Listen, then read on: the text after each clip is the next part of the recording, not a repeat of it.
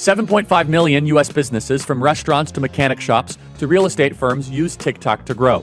Together, they employ more than 28 million people. Because when small businesses thrive, communities do too. Small businesses thrive on TikTok. Learn more at TikTokeconomicimpact.com. We're going to find out real quick whether or not we are a movement or this is just a moment.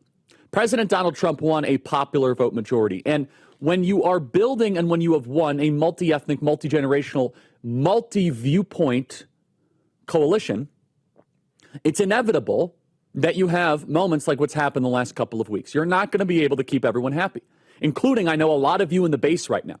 It's been a very instructive week. You know, by the time I'm 35, I'm 31, I'm going to be able to say I've been through some stuff. I'm going to be able to teach a master class. I learned a lot this week. I learned how you don't handle PR when it comes to a story that is as complex, as sensitive, as high profile as the Epstein thing. It started on a Sunday night. The whole thing was so perplexing to me because you signed the one big beautiful bill on Independence Day, and then on a holiday weekend going into a news week, you decide to leak it to Axios that it's like case closed, don't ask any questions, there is no list. The whole thing was like, what? Profoundly confusing is the term I used on Newsmax. And again, trust me, I don't want to talk about Epstein every single day, but it's been very interesting. Because this week, sometimes news stories go away. Sometimes news stories you have a one-day cycle. This is a rare occurrence where the news story is actually getting bigger. Sometimes they have legs. And it's not just on social media. Social media is a little bit deceiving, especially X. X is very goofy and wacky lately.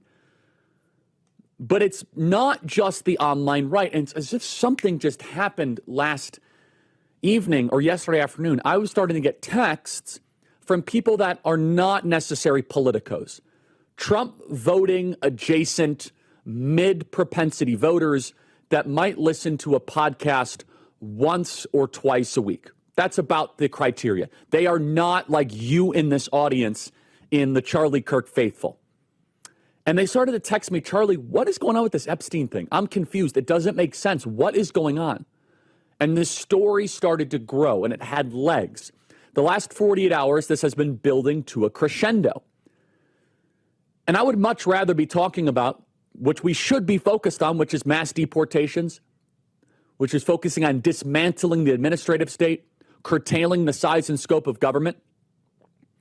When you build a coalition like President Trump won in a popular vote majority, you're going to have different viewpoints. But an undercurrent of the entire Trump movement was that we demand transparency from our government because we were lied to during COVID, and we were lied to about the Hunter Biden laptop, and we were lied to about 51 intel agents, and we were lied to about Ukraine. We were lied to about so many different things that we want to try to rebuild trust in our government. What's been very interesting and instructive to me is that this is not only a young online libertarian transparency push. Instead, this seems like it's spanning multiple generations. And you in this audience have been emailing me, freedom@charliekirk.com, very ticked off and very confused. And this is going to be a testing moment for all of us. What we do next is going to be critically important. Radical transparency has always been the hallmark of the Trump administration. And I believe it can and will continue to be. People panicked over tariffs. They are panicked over Iran, and some are panicked over Epstein.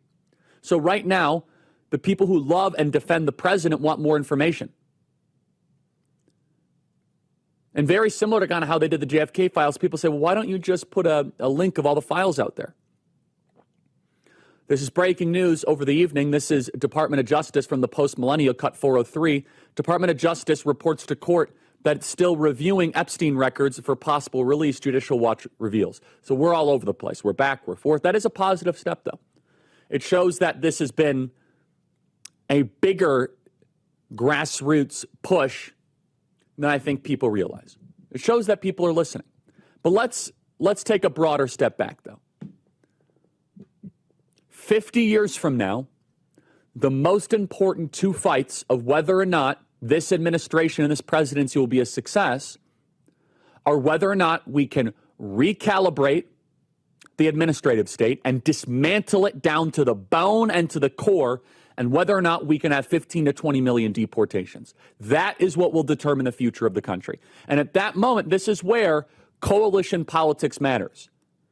Because for coalitional politics, some people are upset because we're sending more arms to Ukraine. I'm certainly not thrilled about that. Some people are upset because of what happened between Israel and Iran. Honestly, I think President Trump handled that beautifully, and I think that was a masterclass in a third way of foreign policy. But all of this is happening at such a time where the fault lines, and every movement has fault lines, are being exposed in a rapid period of time. It's as if this is compressed into a short 10-day window, and no movement can sustain that. No movement can sustain within a 10-day window. We are going to flush out all the fault lines. And the tragedy, honestly, is that a week ago, President Trump signed his hallmark piece of legislation that deserves a lot of attention. And a week later, no one's talking about the big, beautiful bill. It should have been a week of celebration. It should have been a PR week all about this. And instead, that is not the case. What happens next will determine whether or not this is just a moment or whether this is a long-lasting, multi-generational movement. And there are two major things that need to happen. And here is my advice to the administration, both privately and publicly. Take this weekend and go to Camp David. That's my first piece of advice. No reporters. Put your phones out of the room and get yourselves back into the room. Go to Camp David. Get out of the White House. Get the senior staff. Get cabinet officials and go to Camp David. Cancel all your plans. If you're coming to SAS, still come to SAS, but then go to Camp David. You need to have a little bit of a pause button here. It's been a fast 6 months. You got to have the president, the vice president, get Marco Rubio, get everyone in the room. That's number one. Number two, plan out another wave of shock and awe. Have a couple days to kind of have some fun, have some laughs. Can you believe how much we've been through the last 6 months? And then what we need is the shock and awe again.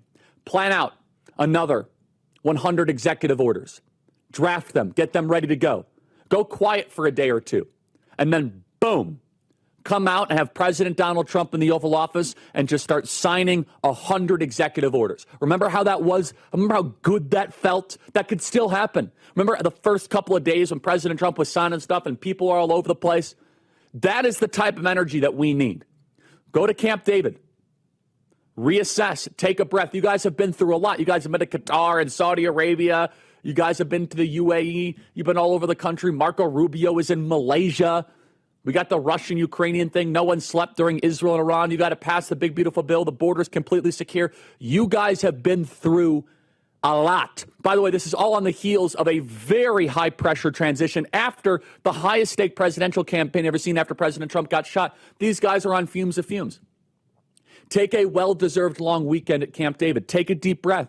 Have the senior staff together. And then plot out and plan out shock and awe 2.0, because we still have a lot of stuff that we can do. There are hundreds of potentially drafted executive orders, and it's time to wind up and go right back into the arena. Because I get it.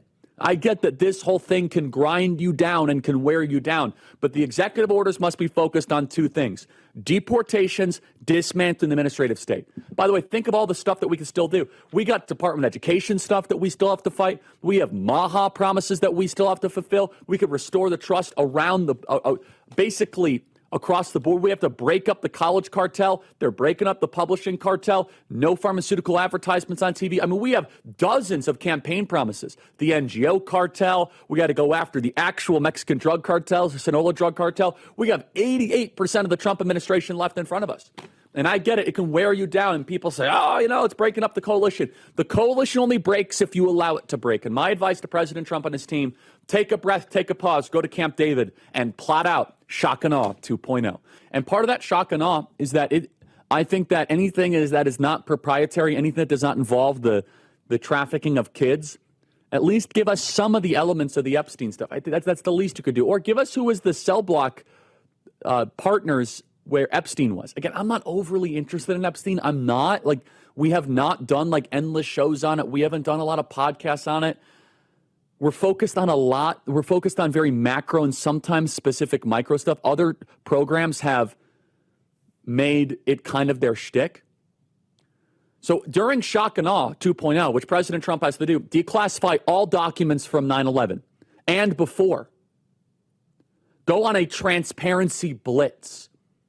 Literally sit at the table at the Resolute desk once it is planned out and just go on a transparency blitz. We're declassifying this. We're declassifying this. We're declassifying this. Boom, boom, boom. MLK, RFK being shot, one after the other. Let the American people see it. We're declassifying the COVID stuff. We're declassifying just Russiagate, Crossfire Hurricane. And then do a series of executive orders, go further to break the college cartel.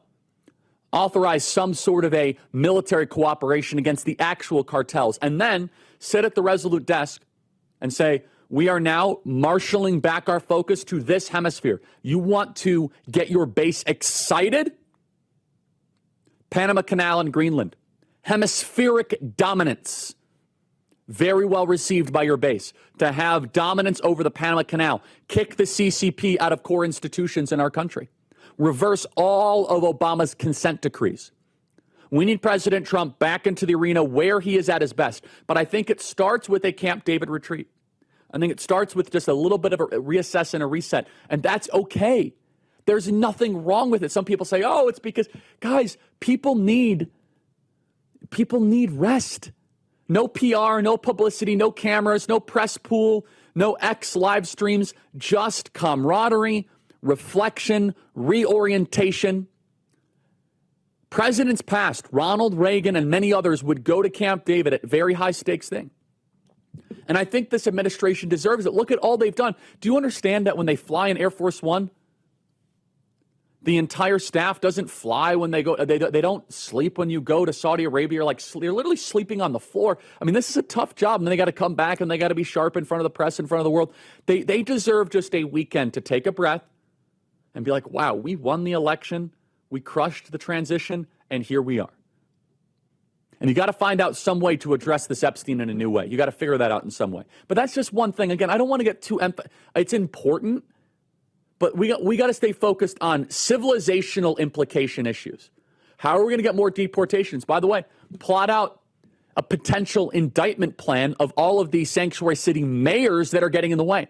Go indict Karen Bass, Brandon Johnson, boom, in one day. You're getting in the way of ICE, we are going to indict you. Shock and awe. What matters 50 years from now is whether or not we take back control of the administrative state and we have mass deportations. What is the common denominator, though, between Crossfire Hurricane and Epstein and all this stuff? Is that there is a super government below the surface that we need to exert dominion over, that we need to exert control over. And that is the fight. We have been focused on that since day one, that the real fight is not Republican or Democrat. It is going to be bureaucrat versus citizen. It is going to be deep state versus the Constitution. It is going to be serf, which is what they want you to be, against oligarch. The technocratic state, the council of experts. And then I want to see President Trump right back in that Resolute desk, just firing off 100 shotgun. Don't even tell anyone it's coming. All of a sudden say, I'm calling a press conference, and you have, can we get that picture of Shotgun 1.0 where he just had folders stacked, and he's within an hour and a half. And he was casually with his marker, his Sharpie, signing. Oh, there's an executive order on that. People have been waiting a long time on that. Do you remember how good that felt? The momentum. Here is a rule of MAGA. And I've been around for 10 years, so I can say this now. And I wrote the MAGA doctrine. Trump is at his best when he is on offense. He sets the terms. There it is right there. He's able to frame the debate. We as a movement are at our weakest when we are on defense. Russiagate, January 6th, we are at our weakest when we are backpedaling. You see those folders? I want to see that again. I want to see White House aides flood into the Oval with the most based, crisp, imaginable executive orders on every possible topic. Border, deportations, sanctuary city mayors, college cartel, school choice, public sector teacher unions. We need to keep President Donald Trump right back there on a transparency blitz and an executive order blitz. Reorient, recalibrate, and reassert dominance over the executive branch.